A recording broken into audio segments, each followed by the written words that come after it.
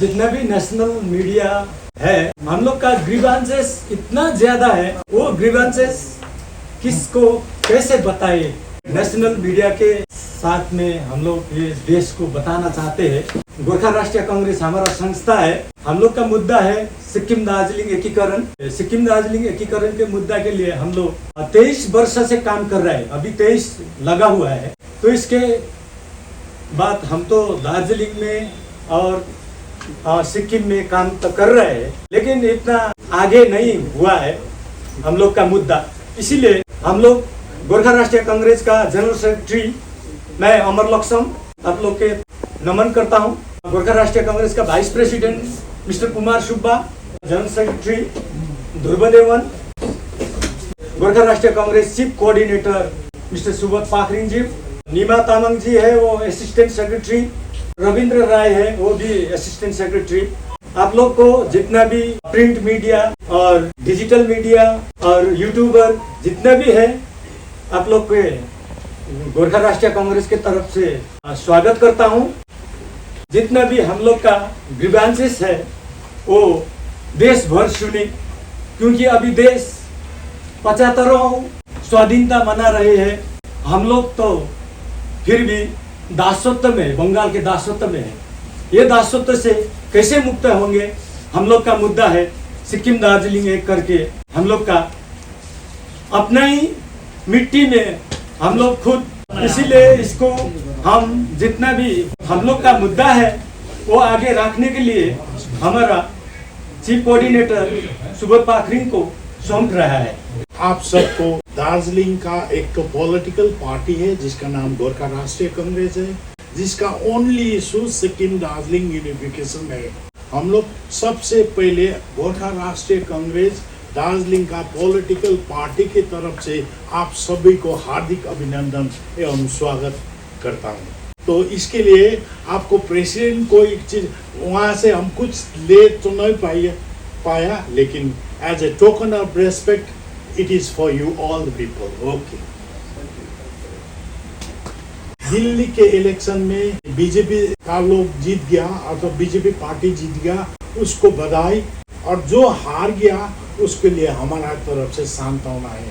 हम खास मुद्दा पर आता है, वो मुद्दा सिक्किम दार्जिलिंग यूनिफिकेशन। दार्जिलिंग जो है it's an integral part of Sikkim and the lost territory of Sikkim is Darjeeling. As such Sikkim Darjeeling unification is a must political proposition. Darjeeling जो था सिक्किम का एक अभिन्न भूभाग, सिक्किम ने जो घुमाया था वो दार्जिलिंग था, इसलिए सिक्किम और दार्जिलिंग यूनिफिकेशन का नितांत आवश्यक हो गया है इस प्रेजेंट समय में। तो इसके लिए दार्जिलिंग सिक्किम का है बोल के हम मुंह से बोलने से तो नहीं होगा।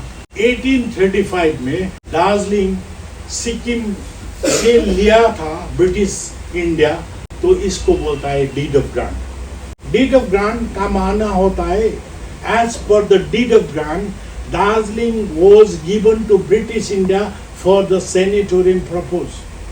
स्वास्थ्य आर्जन करने के लिए जो छोगेल राजा सिक्किम का था वो दे दिया था। ये इंग्लिश में लिखा है, 3 भाषा में, और दूसरा भाषा जो है लेप्चा भाषा है, तीसरा भाषा ये अलग अलग भाषा में 3 भाषा में दिया है। इस हिसाब से डीड ऑफ ग्रांट का माने डीड ऑफ गिफ्ट नहीं है। इसके बावजूद, इसके अलावा ये छोगेल राजा जो था, ये छोगेल राजा ट्रीटी पेमेंट लेता था। शुरू में जहाँ से किया था तो उसके बाद में 112 इयर्स अप टू 3 लाख लिया था। जो दार्जिलिंग ब्रिटिश ने लिया था इधर पर, तो क्या हो गया, ब्रिटिश को चलाने के लिए थोड़ा असुविधा हो गया। इसलिए सबसे पहले ब्रिटिश लोग क्या कर दिया, दार्जिलिंग को non regulated area outside the purview of British rule. उसके बाद में क्या कर दिया था, उसको कानून भी ठीक नहीं हो गया तो रेगुलेटेड एरिया कर दिया। उसके बाद में उसको भी मॉडिफाई करके क्या कर दिया, शेड्यूल डिस्ट्रिक्ट बना दिया 1874 में।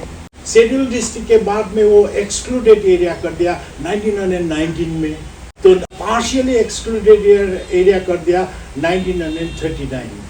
जब इंडिया इंडिपेंडेंट हो गया तब क्या मुसीबत हो गया, ये दार्जिलिंग अलग से बैठा था तो मुसीबत एक चीज को पड़ गया, वहां पर क्या करना है, कैसे एडमिनिस्ट्रेशन चलाना है। उसके लिए for 7 years, at least for 7 years, Darjeeling has been kept in no man's land, जिसके लिए हम लोग आरटीआई किया था। आरटीआई का पेपर में बोलता है हमको पता नहीं है, 7 साल। उसके बाद में क्या किया है, 1947 प्लस 7 years, इट बिकम्स 1954। तो 1954 में बंगाल का कंटिन्यूअस एरिया होने से, बंगाल का सामने हारारी बोलता है हम लोग, कंटिन्यूअस एरिया होने से सामने वो administration, for the sake of administration, प्रशासन चलाने के लिए 1954 में एब्जॉर्ब लॉज एरिया एक्ट कर दिया। तो इसी हिसाब से बंगाल आज तक चला रहा है। हालांकि 1954 का एब्जॉर्ब लॉज एरिया एक्ट अभी 2018 में 5 जनवरी 2018 में रिपील हो गया है। तो इसका डॉक्यूमेंट आप सबको दे देंगे, इसका प्रूफ के लिए दे देंगे। ऐसे ही तो जो हम बोल रहा है हर एक सेंटेंस का एक एविडेंस, एक डॉक्यूमेंट्री प्रूफ है, टेस्टामनीज है, रिसीप्ट है, आप लोग को दे देंगे। तो उसके बाद में क्या हो गया, डीड ऑफ ग्रांट वो सब होने से उसके बाद में तो 1948 में एक तो वेब आ गया, इंडिया इंडिपेंडेंट हो गया, एक तो वेब आ गया। वेब आने से हर प्रिंसली स्टेट्स, 562 प्रिंसली स्टेट्स था और ब्रिटिश प्रोविंसेस था, सब इसी में जाने के लिए वो कर रहा था, इंडियन यूनियन में जाने के लिए। उसी वक्त छोगेल और किंग ऑफ सिक्किम भी जाने के लिए किया था, लेकिन उस वक्त का प्राइम मिनिस्टर नेहरू जी था, तो वो बोल दिया कि ये तो हमारे लिए सिर्फ फाइनेंशियल लाइबिलिटीज हो जाएगा, इसके लिए हम आपको नहीं लेंगे। तो इसके लिए क्या कर दिया, on behalf of the Chhogel 1948 में ये जो मेमोरेंडम दिया है, memorandum of government of Sikkim claims in respect of Darjeeling. जो ये मेमोरेंडम दार्जिलिंग मेरा है बोल के छोगेल ने क्लेम किया है। See, this is after independence. I am not talking about only the history, I am talking about the present situation, present political situation as well. So 1948 से ये क्लेम किया था। तो उसके बाद में दार्जिलिंग तो पक्का क्लेम होने के बाद में पक्का हो गया कि ये सिक्किम का है। उसके बाद में क्या है कि 1986 में दार्जिलिंग को हिल काउंसिल देके ये क्या वगैरह वगैरह देके हिल अफेयर्स में दार्जिलिंग का लोग सेटिस्फाई नहीं हुआ, तो आंदोलन हो गया। आंदोलन होने से 1986 में government of West Bengal white paper दे दिया। व्हाइट पेपर में क्या लिखा है कि Darjeeling is an integral part of Sikkim. ये हम नहीं बोल रहा है, ये बंगाल सरकार बोल रहा है, ये हमारा डॉक्यूमेंट है ही नहीं। White paper is regarded as the government document, you everybody knows this very well. तो इस हिसाब से ये जो है इस डॉक्यूमेंट से प्रूफ होता है दार्जिलिंग सिक्किम का है। तो उसको इसलिए बिफोर इंडिपेंडेंस दार्जिलिंग इसलिए नहीं है, उसमें इंटीग्रेट नहीं हो पाया सिक्किम में, क्योंकि सिक्किम अलग देश था। उसके बाद में 1965 में सिक्किम काउंसिल का ये डॉक्यूमेंट है, जिसका एक तो आदमी ओंगदेन लामा करके, वो ओंगदेन लामा करके एक तो वो सिक्किम काउंसिल का एग्जीक्यूटिव मेंबर था। तो उसने पूछा है दार्जिलिंग का ट्रीटी पेमेंट हमको कितना मिल रहा है। तो दार्जिलिंग का इकोनॉमिक स्टेटस बढ़ गया है, ट्रीटी पेमेंट बढ़ाने के लिए ओंगदेन लेफ्टा as a member of Sikkim council to the secretary of Sikkim council. ये हो गया, इस हिसाब से दार्जिलिंग सिक्किम का है बोल के प्रमाणित होता है। दूसरा चीज अब आता है 2007 में क्या हो गया, बागा जतिन पार्क सिलगढ़ी में डिडेन चीफ मिनिस्टर बुद्धदेव भट्टाचार्य था। तो उस दिन वो उस वक्त 6 शेड्यूल का बात हो रहा था, घिसिंग साहब था दिल्ली में बात कर रहा था। उस वक्त बागा जतिन जो एक तो मैदान है सिलगढ़ी का, वहाँ पर चीफ मिनिस्टर ने एक तो मीटिंग किया। तो ये नेपाली में लिखा हुआ है, हम अंग्रेजी में बोले। The speech delivered by the Honorable Chief Minister of West Bengal, if sixth schedule is enacted in the Indian Constitution, the territory of Darjeeling will become a part of West Bengal forever. Darjeeling का भूभाग सदा सदा के लिए पश्चिम बंगाल का हो जाएगा। इसका माना on the reverse, if you go to the reverse, इसका माना हमारा दार्जिलिंग का भूभाग है ही नहीं हो रहा। तो इस हिसाब से दार्जिलिंग का क्या होता है कि ये प्रमाण करता है ये integral part of Sikkim, the lost territory of Sikkim is Darjeeling. सबसे बड़ी बात यहाँ पर इंस्ट्रूमेंट ऑफ एक्सेशन, राज्य आरोहण करने के लिए जब जब इंडियन यूनियन एकत्रित हो गया तब तब हर राजा रजौटा प्रिंसली स्टेट्स जितना भी था वो सब लोग इंस्ट्रूमेंट ऑफ एक्सेशन में सही किया हुआ है। उसी हिसाब से actually the independence was given to all the princely state and British provinces, not as whole India, as per the Indian independent act. Instrument of accession सही करने के बाद में क्या होता है, सब एकत्रित होता है। उसमें सिक्किम का छोगिल ने सही नहीं किया है। समझ में आ रहा होगा आपको? We are the ardent supporters of this issue and we are the leaders of this issue. So we always preach for this issue only. हम लोग 1954 में चंदन नगर मर्जर एक्ट है, इसमें क्या है कि चंदन नगर बोल के एक तो contiguous area to the West Bengal, West Bengal के हाराहारी सामने आमने सामने चंदन नगर है, वो फ्रेंच का अंडर में था, फ्रेंच गवर्नमेंट का। तो ये मर्जर एक्ट 1954 के मुताबिक चंदन नगर बंगाल में गाप दिया, उसको इंटीग्रेट किया। हालांकि Chandannagar one of the best district in West Bengal. जब चंदन नगर बंगाल में जा सकता है, उसका लॉस्ट टेरिटरी बंगाल में आ सकता है, तो सिक्किम का लॉस्ट टेरिटरी क्यों नहीं जाता? ये तो ताजुब का बात है। इसलिए डेमोक्रेसी को हम बोलता है, democracy is mean for the people, of the people, by the people. But here in Indian democracy, if I am not mistaken, it is far from the people, of the people, OFF of the people, by the people, goodbye to the people. Is it so? ऐसा होने से हम लोग को क्या न्याय मिलेगा? हमको जस्टिस नहीं मिलेगा, कॉन्स्टिट्यूशनल राइट नहीं मिलेगा, लीगल स्टेटस नहीं मिलेगा। इसके लिए हम रो रहा है, इतना दिन से रो रहा है। हालांकि हमारा माई बाप तो सेंट्रल गवर्नमेंट है, उसका नमक खाया है, पक्का इंडियन है। हम लोग इंडिया के लिए, इंडिया की इंटीग्रिटी के लिए, इंडिया के इंटरेस्ट के लिए, इंडिया के सेफगार्ड के लिए कुछ भी करने के लिए तैयार है। लेकिन हमारा बाप कुछ नहीं करता है, तो बेटे को तो स्टेप सन जैसा हो गया ना, इसके लिए हम यहाँ पर रोना पड़ रहा है। तो इसके लिए हम आज बोल रहे हैं। दूसरी चीज, ये बिहार का जो है ट्रांसफर ऑफ टेरिटरी 1954 का जो एक्ट है, उस हिसाब से जो पूर्णिया है, पूर्णिया बोल के एक तो जगह है बिहार में, आपको तो किसी को पता भी होगा, ये भी डाल दिया बंगाल में। हमको तो कुछ नहीं देता। इसके लिए हमको खेत प्रकट करने के लिए आपके पास आया, आपको ग्रीवांसेस रखने के लिए, हमारा दुख दर्द बांटने के लिए आपके पास आया है। हमको लगता है आप लोग सब लोग कोऑपरेट करेंगे।